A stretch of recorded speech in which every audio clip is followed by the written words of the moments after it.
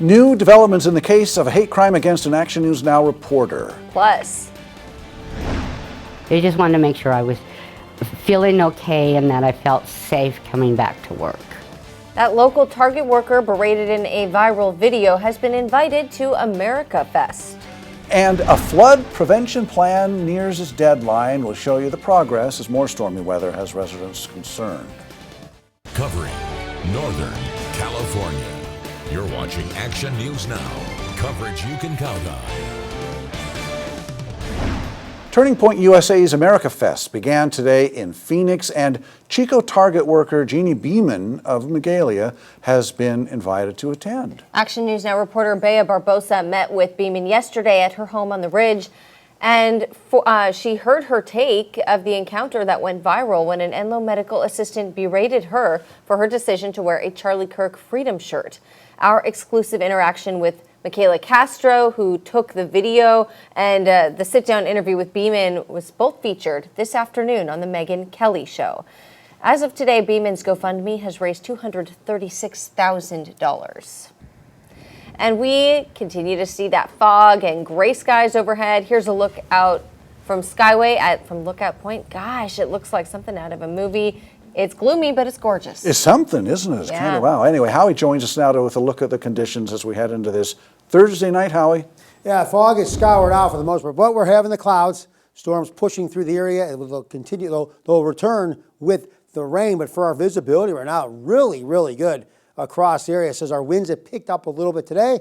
The fog has gone away. Okay, winds. Here's what we have. So we're getting a little bit gustier, some 15-mile-per-hour gusts in Chico. They're slowly increasing, but we've had really close to zero wind for the better part of 3.5 weeks.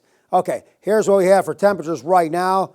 Not bad today. Well, we say below average, but in the low to mid-50s for the valley. Look up there, 2,000 feet up in Hayfork, 56 degrees. I mean, I don't want to say way above the fog deck because we didn't have as much today, but they're getting some good warming up there. But right now, in a good portion of the Sierra and the foothills, temperatures in the 40s. But we haven't seen anything yet in terms of the winds because we are looking at wind advisories and high wind warnings. That'll scour out the rest of the fog, but rain is moving in too. We'll talk about it in a few minutes. Thanks, Howie. Breaking news, an Oroville man was sentenced today to 4 years in prison for child endangerment after his toddler overdosed on fentanyl.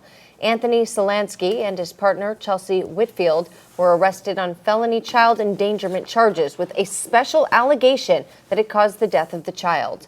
The Butte County District Attorney says that the two were asleep after a drug bender back in March and that the child was left alone, got into their fentanyl, and overdosed.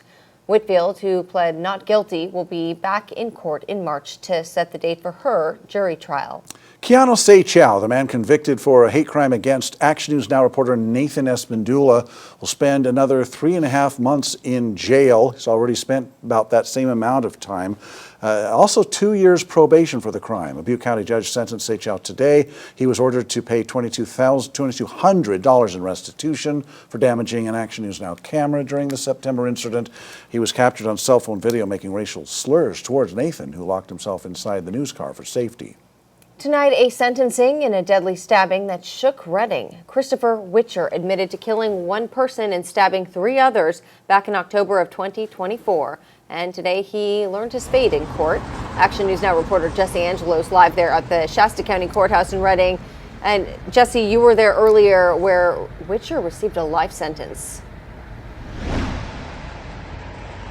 That's right, Haley. Shasta County Judge Adam B. Ryan issued the sentence of life without the possibility of parole for Christopher Witcher after the brutal killing of Donna Ceremony. The judge also levied another sentence of 16 years to life for the stabbing of 3 other victims on that day. Witcher previously pleaded guilty to the crimes that took place October 8th, 2024 at a local transitional housing facility. The courtroom was filled with emotion as family of the victims were present for the sentencing and made impact statements to the court, speaking about the irreversible loss and impact that this violence has had on their lives. One of the stabbing victims addressed the court, saying that he forgives Witcher despite having continued nightmares about the incident. Whitcher himself did make a short statement during the sentencing where he apologized to the victims' families and then was remanded to the custody of the Department of Corrections, where he will spend the rest of his life. Live in Reading, Jesse Angelo, Action News Now. Thanks, Jesse. Witcher also waived his right to appeal and was ordered to pay $10,000 in restitution. A jury found a Shasta County woman guilty on one count of disturbing a public meeting, but failed to reach a decision on a count of resisting a peace officer. We told you back in 2024 when Jenny O'Connell Noane interrupted a Board of Supervisors meeting and refused to leave, forcing the board to recess. O'Connell Noane said she didn't leave immediately because she felt she was within her constitutional rights. She faces a possible 6 months in jail and a $1,000 fine. New developments, the former sports bar Bert and Ernie's will be auctioned off early next year. The city of Reading cites delinquent taxes and says $80,000 in fines was levied by yesterday. There have been 2 fires at the vacant building in 7 months. The property's owner, Fossil LLC, has until December 27th to comply with an administrative abatement order. Shasta County investigators are looking into gunfire that shattered windows on 2 trucks. The victims shared these photos and say it happened around 6:30 last night on Keswick Dam Road.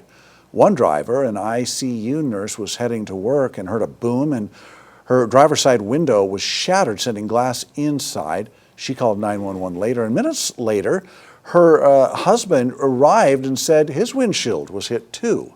There were no serious injuries. New at 6, we are getting our first look at the suspects arrested for stealing 2 cars in 2 days in the Oroville area. The first was on Monday just before 6:30 p.m. A deputy pulled over 44-year-old Quang Fan of Oakland near Mount Ida Road Monday after a short chase, and he was arrested for allegedly driving a car stolen in 2009. Around 1 a.m. Tuesday, 38-year-old Sue Zhang of Oroville was arrested for driving another stolen car near Miners Ranch Road. The 22nd annual Orland Avenue of Lights is happening right now. It is opening night, and our Action News Now reporter Bea Barbosa is out there having too much fun for being on the job. Bea, at the Glenn County Fairgrounds, a lot of people always come to this event. How is it looking this year? Yes, Haley. One organizer tells me that they saw between 1,800 and 2,200 cars last year. She says most cars have more than one person in them, so that just kind of gives you an idea of how many people they typically see at this event. It's been going on for about half an hour now, and I've seen pretty much a nonstop flow of cars coming through here. You can kind of start to see behind me here, cars are coming through the tunnel of lights and getting started on this beautiful winter wonderland of lights here. Now, you can see some of those light displays there. Now, take a look at this. In addition to the lights, there's also food vendors selling hot cocoa, hot cider, corn dogs, and funnel cakes. There's also the North Pole Lodge, which is in a new location at Flaherty Hall. I spoke with one of the organizers who helps put this event on about some of the things you can expect to see inside the lodge.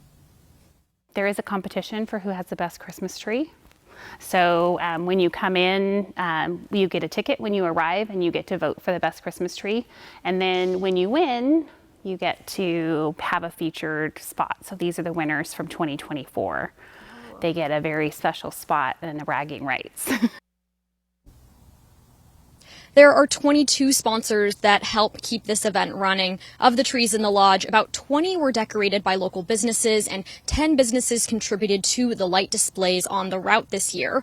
Bartels says they start planning that route the first week of December. Now, the event's only just begun, just about a half an hour, like I said. If you want to come join in on the fun, it's not too late. The event will be going through 9:30 p.m. tonight. You can get your tickets either online or in person.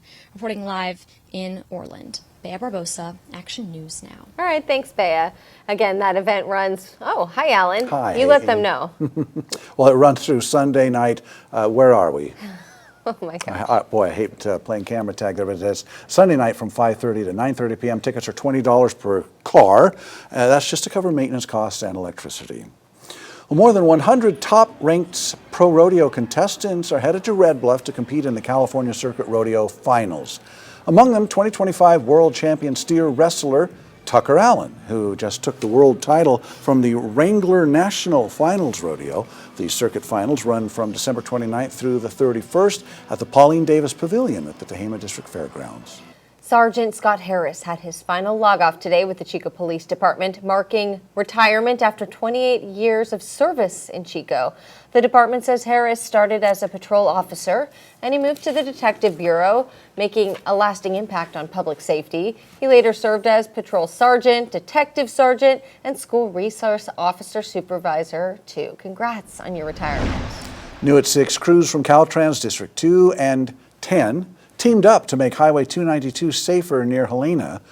They use specialized airbags to remove unstable rock after geotech evaluation. This is, I believe they're in Napa County, but this is north of Napa. So over 2 days, they cleared 50 cubic yards of material from the hillside. Drone video helped guide the climbers, live drone cameras, I should say, and one-way traffic control kept drivers moving safely. New at 6, don't miss out on free curbside chipping in your area. We'll tell you how to enroll. But first, you can now pay less than $3 per gallon at the pump. We'll bring you the story in just 2 minutes.